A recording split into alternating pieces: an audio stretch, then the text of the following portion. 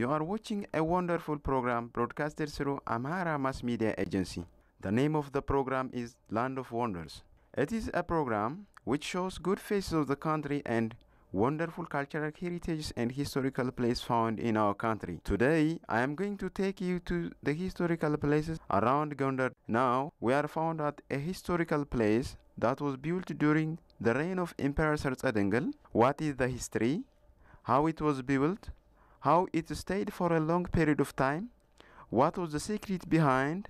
And others are the concerns of the program. In our today's program, Land of Wonders, we have three ancient buildings that were built before 400 years ago. Gudara Palace, Gobatit Delhi, and the place of Emperor Susunius are historical places that we want to describe for you. Stay with us.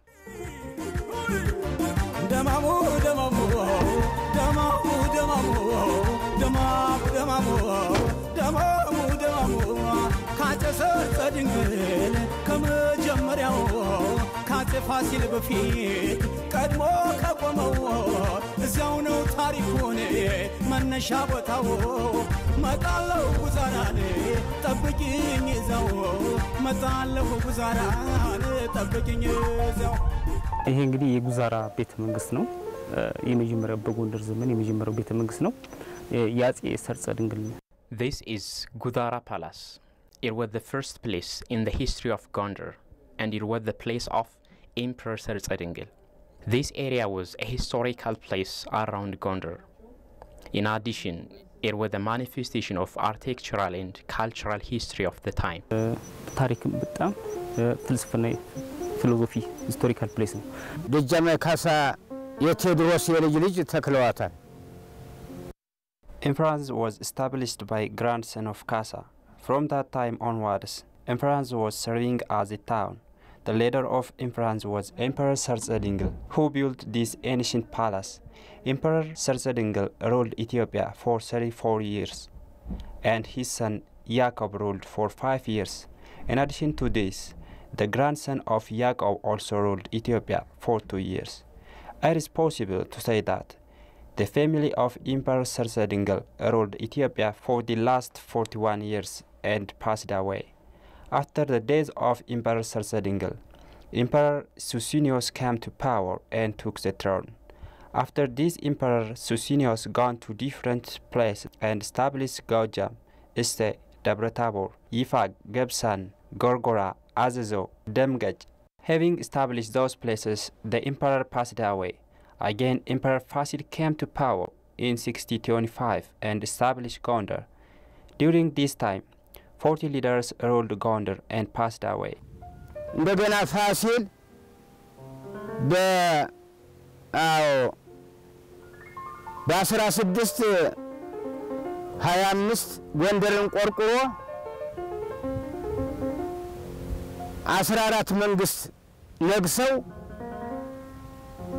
አለፉ እንግዲህ አጼ ሰርጸድንግል እንግዲህ ኢትዮጵያን ያስተዳደሩበት ዘመን እንግዲህ ለ34 አመት ነው Emperor Sartsadengel ruled Ethiopia for 34 years. It was from 1563 up to 1597 Gregorian calendar. During this time, Gondar was not established. During the reign of Emperor Sartsadengel, there was 500 houses and 50,000 people. There was no capital town during this time because Gondar was not established. These great historical places were established by Emperor Sartsadengel. Before the establishment of the palace, Emperor Minas was used as a strategic place for soldiers. After that, Emperor Minas ruled 5 years. He passed away because of yellow fever. After Emperor Minas, his son Emperor Sartsadengel came to power.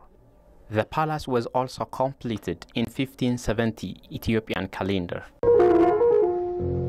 ጎንደርን በመፈለግ They got the name Gondar written at monasteries. It says Gondar will be the capital city and milk will be produced at Gondar. After that, Emperor Susunius started to find Gondar moving Guzara to another places. Again, Emperor Susinnios was moving to 8 countries to find Gondar. ሲሲኖስ ከስምንቱ ሀገር የተዘዋወሩ አሁን ተራውቱ እንደዚህ ጎንደርን በመፈለግ ነው ከ1563 እስከ 1769 የጎንደር ፔሪየድ ነው ይባል እንግዲህ From 1563 up to 1769 it was called Gondarian period. After Emperor Sersedingil established central town, there were 2 royal towns. The first one was Enfraz town, and there were 500 up to 1,500 people. Enfraz means command. That means let us respect the command. More than 400 people were participated to build the palace. Then Emperor Sersedingil went to Sinara, Jimma. Then the emperor passed away and his grave was found at Rama Island, God the Savior Church in Tana Monastery. After the days of Emperor Sersedingil, his son Yaakov came to power. Yaakov ruled Ethiopia for 7 years. During this time, there was another royal town called Koga.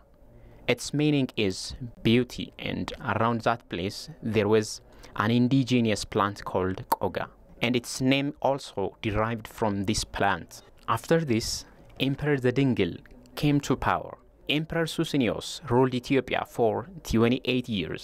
Emperor Susinnios was the follower of Orthodox and Catholic. The emperor was the follower of Orthodox Church for 19 years and the Catholic Church for 9 years. During this time, many missionaries came to Ethiopia from Portugal. እሳቸው 19 ዓመት በኦርቶዶክስ 9 ዓመት ደግሞ በካቶሊክ እምነት ተከታይ ነበሩ። እንፍራዝ የጨየ ገዳም ናተኝ የነበረ የጨየ ገዳም ነበረ። During this time, Enfraz was a blessed or holy town because there were 12 monasteries administered under it. These monasteries were Marha Christos, Korontos, Kaskama, Dersoma, Tadios, Balasa, Gabra Johannes, Nderasge, Philippos, Abunarios, Tablos, and these were during the reign of Emperor Sersedingil. Enfraz was a place for holy fathers like Abuna Zerabruk and Abuna Gebreyesus. እነ ዘራብሩክ ነበሩባት እና ነገረ ኢየሱስ ነበሩባት ጣሪቆች እንደዚያ ናቸው። ስትራቴጂክ ቦታ ነው ጠላትን ለመከላከል እጅግ በጣም ይሄን የመረጡበት ምክንያት ሰርጸድንግል አንደኛ ይሄ ነው። Primarily, Emperor Sersedingil selected a strategic place to protect himself from his enemies. It was 2,100 meters above sea level. Secondly, it enables him to protect the spread of malaria. And thirdly, to make the town center of market exchange. During that time, Enfraz was a glitter market center of exchange. During this time, the diplomatic relation of Emperor Sersedingil in terms of trade was very strong, and there were people coming to the market from Arab, Sudan, Egypt, Eritrea, Djibouti, Somalia, and Kenya. Things that were exchanged during this time were red perfume, slave trade, and grape or wine. In the 16th and 17th centuries in Ethiopia, Enfraz was market center of exchange for grape. በኢትዮጵያ ውስጥ ወይን ምርት ይመረታል ግን እንፍራንስ በዛን ሰዓት 17ኛው እና 18ኛው ክፍለ ዘመን በወይን ምርት ከኢትዮጵያ ካሉት ሀገሮች እጅግ በጣም ከፍተኛ ምርት ይደረግ ነበር። የወይን ምርት ማለት ነው። እዚህም ፍራንስ በጣም ታዋቂ ነበር እና አንደኛ ይሄ አንድም የወይን ንግድ ነበር። ይሄም ይካሄድ ነበር በዛሳቸው ዘመን ድረስ ማለት ነው። እንግዲህ 17ኛው ይመጣ እስከ 18ኛው ድረስ Enfraz was the capital city of Ethiopia for 45 years, and it was a center of King of Kings in the 16th and 17th centuries. Enfraz was a place for cradle of ancient historical places and cornerstone for modern civilization. አገሯ ትንሽ እንዲያው ወደፊት እርግመት ነበራት እየተባለ አታርግም እየተባለ የወራል አባቶች ያወራሉ። As all people of the time told that Guzara was a cursed town, it cannot be grown in the future because of this. The town is still as it was. After this, Ras Mashasha wanted to establish at Guzara but people forced him not to establish here. He was gone to Saruha. Again, his son Kase came and established the town Guzara. ሸሻን አጋራጋሪ ሆኑ የዚህ ሀገር ተወላጆች እንደገና ልጅየው ደጃማይ ካሳ ደርሰው ቆረቆሯት እንደገና ከተማው እንደምታየው በጣም ፌመስ ነው ትልቅ ከተማ ነው የሚገርም ነገር የዚህ ጎንደራን ፔሪድ እንግዲህ መነሻው ጉዛራ ላይ ነው As you saw, the town is very famous. It was a big town. The amazing thing is that the starting place of Gondarian period was Guzara. The palace of Guzara was the cornerstone for Gondar Palace, like Fasil Castle. If you look Fasil and then Guzara, you will say Fasil Castle seems Guzara Palace because the design of Fasil Palace was taken from Guzara Palace. Emperor Fasil stayed at Guzara Palace for 6 years. 4 or 5 emperors or kings of the time were here in Guzara Palace, including Emperor Sarsadingil, Emperor Theodros, Emperor Yakov, Emperor Zadingil, and Emperor Susinios. The palace was a center of king of kings. When we come to the 18th century, we will look at Emperor Theodros and his sons. There were 6 sons of Emperor Theodros. These were Ras Meshesha Theodros, Alamayo Theodros, Algiers Theodros, Hailu Theodros of Gojam, Yimam Theodros of Wollo, and Bayu Theodros of North Shawa. The place was ancient and historical too. ቤተክርስቲያን በክብር ይገኛል እና ይሄ በጣም ታሪካዊ ቦታ ነው ከመጀመሪያው ካጼ ፋሲል በፊት ቀድሞ ከቆመው እዛው ነው ታሪኩን መነሻ ቦታው መጣለው ጉዛራን ጠብቂኝ እዛው መጣለው ጉዛራን ጠብቂኝ እዛው ይንጻው እንግዲህ ምንድነው በግልጽ እንደዚህ ነው ብለን በተናገር Gondar period በኋላ The downfall of Gondarian period was a great problem for Guzara Palace not to be preserved easily. The palace was repeatedly exposed for heavy rain and lightning. Moreover, the invasion of Mahdists of Sudan in the northern parts of Ethiopia, and they burned monasteries and churches during this time.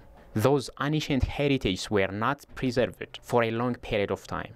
Preserving heritage in Ethiopia started 10 years ago. በዚህ 10 ዓመት ውስጥ ቅርሱ እንደዚህ ሊጠበቅ ይችላል As we have seen, the federal government is repairing Guzara Palace and other heritages found in Ethiopia. There are many ancient heritages which were not finished. Therefore, most of ancient heritages were not used for tourist attractions.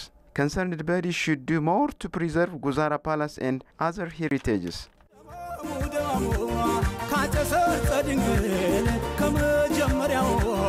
ካጼ ፋሲል በፊት ቀድሞ ከቆመው እዛው ነው ታሪኩን መነሻ ቦታው መጣለው ጉዛራን ጠብቂኝ እዛው መጣለው ጉዛራን ጠብቂኝ እዛው እንግዲህ የጉዛራ ቤተ መንግስት ውስጥ ክላስ ነው ፎቁ ባለ ሁለት ስትራክቸር ፎቅ ነው The palace of Guzara has 2 upstairs and 5 classes in it.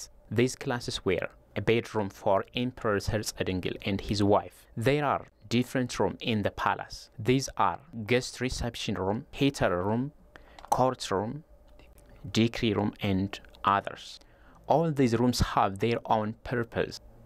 The palace has a width of 216 square meter and it has a length of 16 meters. The kings used the window for putting jewelry.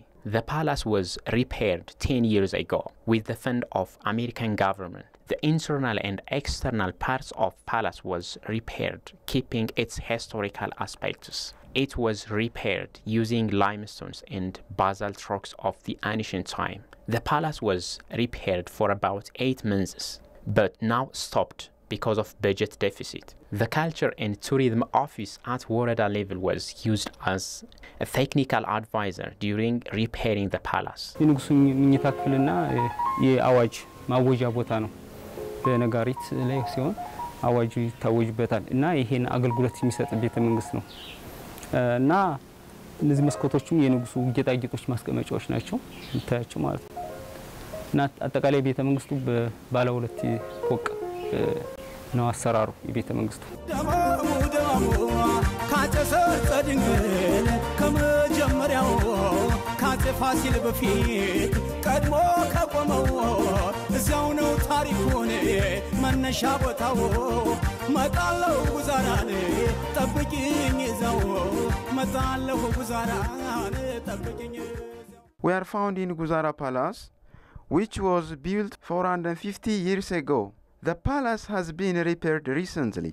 The main reason that makes the palace to stay for a long period of time as a witness account is the existence of far-sighted people, the pursuit of wisdom, and being positive thinkers for coming generation. The palace that was built 415 years ago is source of income for our country currently.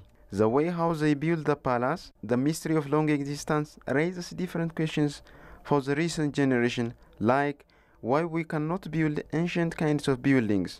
Where is ancient civilization of Ethiopia?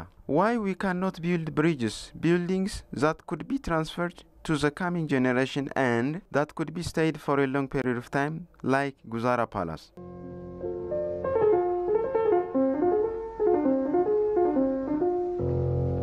ስራው ተጀምሮ ያለቀበት ትልቁ ምክንያት ይሄ በጀት የተመደበለት የነበር ከፌደራል ቅርስ ጥበቃ ነበር የነበረው ትልቁ ኖራ የተቀበረበት አይተዋ ጉድጓዱ እዛ።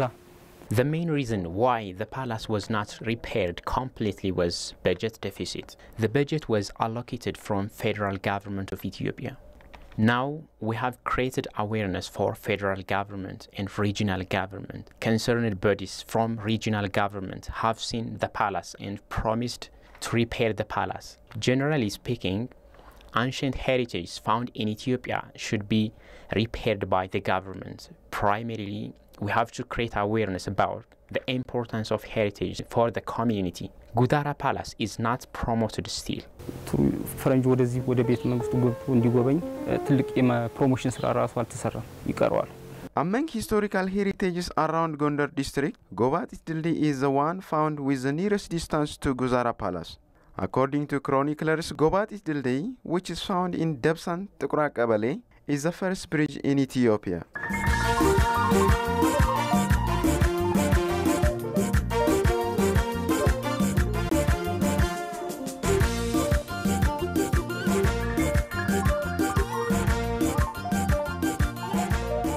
በኢትዮጵያ ውስጥ ካሉ ጥንታዊ ድልድዮች በኖራና በባዛልት ስቶን ከተሰሩት መካከል አንዷ ጎባጢት ድልድይ ነች። From ancient historical bridges of Ethiopia, Gobatit Dildi was built using limestone and basalt. The bridge was built 450 years ago. It was built together with Guzara Palace. Among ancient bridges of Ethiopia, Gobatit is the one. It was built during the reign of Emperor Sartsdengel. Its foundation was made of bedrocks, and the bridge was built using limestone and basalt. The bridge didn't use any kind of metal and wood. The bridge was used to pass the river during rainy season. The river flowed into Lake Tana. More than 400 soldiers of the king were participated to build Gobatit Dildi. It is possible to say that Gobatit Dildi is the first bridge in Ethiopia. For instance, James Bruce has written as the first bridge in Ethiopia in his work. ጄምስ ብሩስ አለ አሁን ለምሳሌ በየመጀመሪያው በኢትዮጵያ የመጀመሪያው ብሪጅ ነው ብሎ ጽፏል።